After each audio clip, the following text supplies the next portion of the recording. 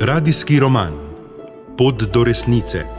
Pričevanje muslimanke iz Bosne, ki je srečala Kristusa. Bere Mateja Subotičanec. Dober večer, spoštovani poslušalci, v 10. delu radijskega romana Pot do resnice. Tak je tudi naslov knjige, ki je izšla pri založbi Ognjišče. Ana je spletla novo prijateljsko zvezo, pa poslušajmo, kako se bo nadaljevala.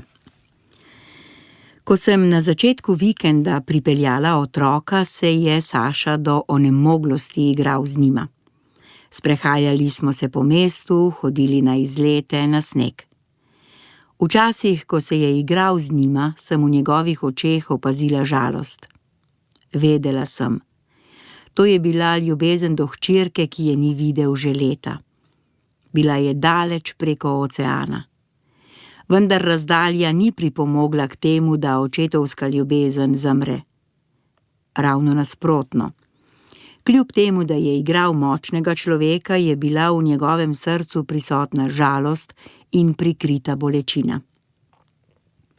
Potem, ko sta se moja otroka vračala k očetu in sem jokala, ni ničesar govoril.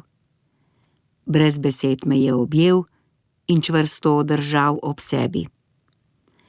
Ko sem odšla na službeno potovanje, me je nekajkrat poklical. Kadar sem se vračala s potovanja, je prišel v moje stanovanje.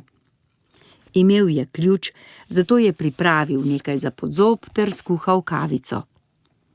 Če bi ostala v mestu dlje časa od načrtovanega ter ne bi prišla v dogovorjenem času, bi me spet čakal in z nasmeškom pripravil toplo kopel ter mi med pogovorom o dogodkih tistega dne masiral stopala. V času enega takih pogovorov mu je zazvonil telefon. Bila je njegova mati. Vprašala ga je, kje je tako pozno, in on ji je odgovoril, da je pri meni. Z jeznim glasom je nadaljevala. Preseli se k njej, jaz te čakam, ti pa pri njej. Ko se vrneš, se bova pogovorila. Ja, mama, ravno to bom storil.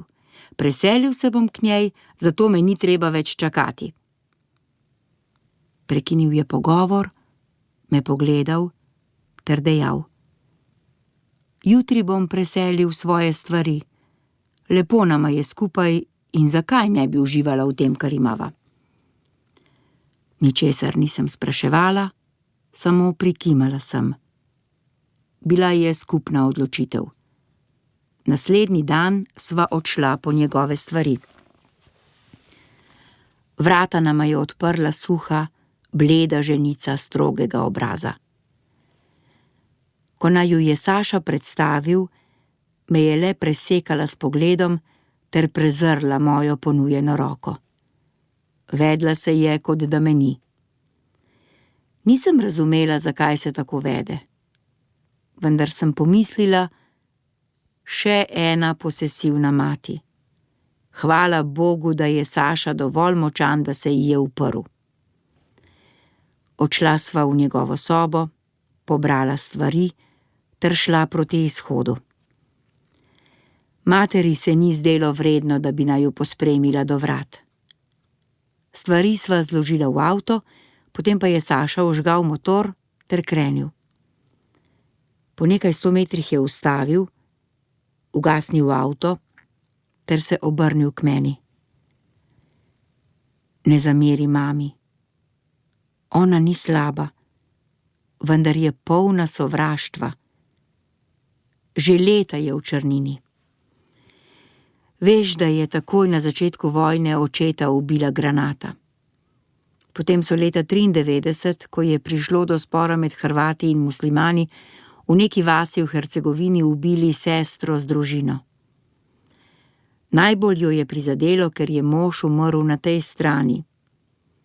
Jaz sem bil v vojski Bosne in Hercegovine, potem pa so neki ljudje, ki so nosili uniformo te vojske, ubili njeno sestro. Od takrat je v črnini in sovraži vse, kar je muslimansko.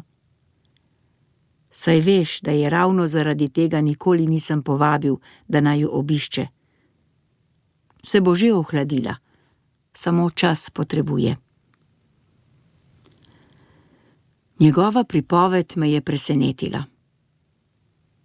Kako potem lahko živi v tem mestu? Ona ne živi. Ona čaka smrt. Kadar je potrebno nekaj kupiti, gre v najbližjo trgovino. V glavnem ne kontaktira z nikomer, razen z nekaj člani družine ter predvojnimi prijatelji, kolikor je še živih. Postala je močno religiozna oseba. Neprenehoma moli, vendar imam občutek, da njeno sovraštvo preprečuje molitvam, da bi prispele do Boga. Oprosti ji, če se je žaljivo vedla. Najpomembneje je, da razumeš, da ne boš živela z njo, temveč z mano. Njeno sovraštvo ni tvoj, ampak je njen problem. Pomembno je, da se imava midva rada. Njegove besede so mi res veliko pomenile. In res, ta majhen konflikt z mamo ni spremenil ničesar v najinem odnosu. Bila sva zaljubljena in srečna. Normalno, da tudi moja starša nista bila ravno navdušena nad najino odločitvijo. Razlog pa je bil isti kot pri Saševi mami. Ker mi nista ponudila niti minimalne podpore pri moji ločitvi, se je naš odnos začel ohlajati. Občasno sem ju obiskala ali pa smo se slišali po telefonu, vendar to ni bil več zdrav in topel družinski odnos. Na začetku najinega odnosa s Sašem oni niso vedeli zanj ali pa jih morda to niti ni zanimalo. Ob neki priložnosti, ko me je poklical oče, se je po telefonu odzval Saša. Oče ga je pozdravil in vprašal zame. Saša mu je odgovoril, da se še nisem vrnila in dejal, da me bo obvestil o klicu. Oče ga je vprašal, kdo je on. Saša se je predstavil in dejal, da od nedavna živiva skupaj. Potem je oče nekaj časa molčal ter prekinil zvezo. Nato me je poklical v službeno pisarno in ko sem dvignila slušalko, me je samo vprašal: Kaj počneš? Ali tebi zares ni nič sveto?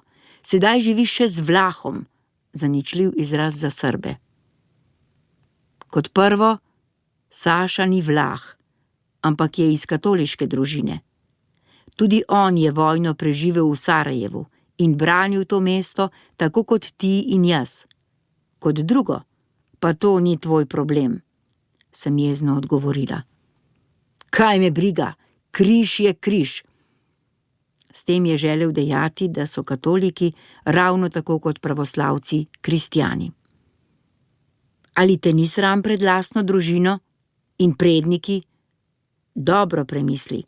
Ali ni bila že tvoja odločitev dovolj velika sramota za družino? To, da zdaj živiš s križem, pa je neodpustljivo.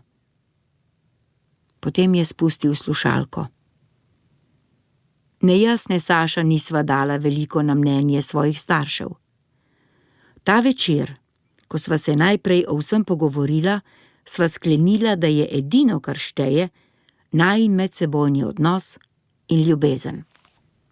Ko sem družino obvestila o najini zaroki, je sledil materin komentar. Da takoj na začetku razčistimo, križ v našo hišo nima vstopa. Če želiš priti z otrokoma, pridi, vendar za tega tvojega novega v naši hiši ni prostora. Tudi zate ga ne bo, če se poročita. Naslednji konec tedna, ko sta bila otroka pri meni, me je Saša odpeljal na obisk k staršem. Oče je, ko je videl, da se je avtomobil zaustavil, prišel iz hiše. Otroka sta skočila iz avta, izstopila sem tudi sama. Saša pa je rekel, da se želi le pozdraviti. Oče je sprejel njegovo ponujeno roko, vendar več od vljudnostnega dober dan ni mogel izustiti. Mati je obrnila glavo od ponujene roke, prijela otroka za roke in se vrnila v hišo. Zakaj? Je vprašal Saša, ko je očetu zrl v oči. To nikakor ne bo trajalo. S tem je oče mislil na najin odnos. Nihče v naši družini do zdaj še ni zatajil svoje vere ter stopil v zakon s Kristjanom. To ne bo šlo, je dodal ter krenil za mamo. Saša me je objel ter dejal: Pusti ju. Ko se poročiva, bosta tako kot moja mati spremenila mišljenje. Čas pozdravi vse. Ti si oprostila moji mami, jaz pa ne zamirim tvojima staršema in greva veselo naprej, je dejal skozi nasmešek, sedel v avto in se odpeljal. Ves čas obiska ni nihče niti z besedo omenil najine zaroke. Za njiju ni obstajala. Saša se je vrnil po mene in otroka, a tokrat ni stopil iz avta in tega mu nisem zamerila. To je bilo edino srečanje mojih staršev in Saša. Kasneje, ko sem ostala sama in so videli, da sem noseča, so mi večkrat govorili: nikoli ne verjemi križu. Oni te bodo zagotovo prevarali. Na to smo te neprestano opozarjali, vendar nam nisi verjela. Vsi, ki stojijo za križem, so zli, nikoli jim ne zaupaj. Njim, moji družini niso Hrvati nikogar ubili, vendar je bilo to, da je imel Saša krstni list, da je bil nekoč kot otrok krščen v cerkvi, dovolj, da ga niso mogli sprejeti kot nekoga, s katerim bi živela njihova hči. Približeval se je maj in s tem čas, ko bi moral Saša na sezonsko delo v tujino. Nekega jutra, ko sva pila jutranjo kavo, me je pogledal in dejal: morava se resno pogovoriti. Sredi maja moram biti na delovnem mestu.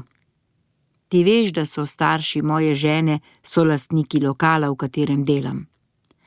Z njim nimam nikakršnih problemov, vendar mi vedno, kadar pridem, govorijo, kako bi se jaz in moja nekdanja žena morala pobotati. Tokrat tega ne želim več poslušati. Predno grem, želim, da se poročiva. Ostala sem brez besed in nepremično strmela vanj. Enostavno sem ostala brez teksta ter s kopico vprašanj v glavi. Vidiš, da nisva več otroka. Prihajava v leta, ko morava razumno razmisliti o prihodnosti. Nihče od naju nima nič od tega, če razmišljava le o najinih propadlih zakonih in o tem, kar je za nama. Greva v prihodnost in moja želja je, da greva skupaj. Skupaj sva močnejša in zares si želim, da bi najin odnos trajal. Njegov monolog se je končal, vendar jaz še vedno nisem mogla do zraka. Nisem našla pravih besed. Z dvignjenimi obrvmi je vprašujoče in molče zrl vame. Potrebovala sem nekaj minut, da sem prišla k sebi. Ti me sprašuješ, če se želim poročiti s tabo. To, da se zakonsko poročiva, sem jecljaje spregovorila. Ne sprašujem te, prosim te, da se poročiš z mano. Poglej, pripravil sem tudi prstana, na tebi je samo to, da se odločiš. Nasmehnil se je kot deček, ulovljen pri kraji čokolade. Samo prosim te, ne mi zdaj govoriti o slabih izkušnjah iz prvega zakona in vsega, kar si s tem v zvezi preživela. Od spominov se ne živi. Prosim, premisli. Dobro, koliko časa imam za premislek? Če potrebuješ za odločitev več kot minuto, potem ti ni potrebno odgovarjati. Tako, imaš 1 minuto. Če ti je težko odgovoriti, grem jaz po sok. Na mizi je prstan. Če se želiš poročiti, si prstan natakni na prst, če ne, ga pusti ležati na mizi. Ko je to izgovoril, je odšel iz sobe ter me pustil s tisočerimi vprašanji, ki so mi rojila po glavi. Vse je bilo v meni kot v nočni mori. Panika, pa vendar. Zavedala sem se, da je on tisto, kar sem vedno želela. Skrben, nežen, poln ljubezni in poleg tega samostojen in zrel moški. Ampak Anino odločitev bomo slišali v prihodnjem nadaljevanju. Hvala za nocoj, spoštovani poslušalci, drage poslušalke. Bodite spet z nami prihodnji četrtek. Lahko noč.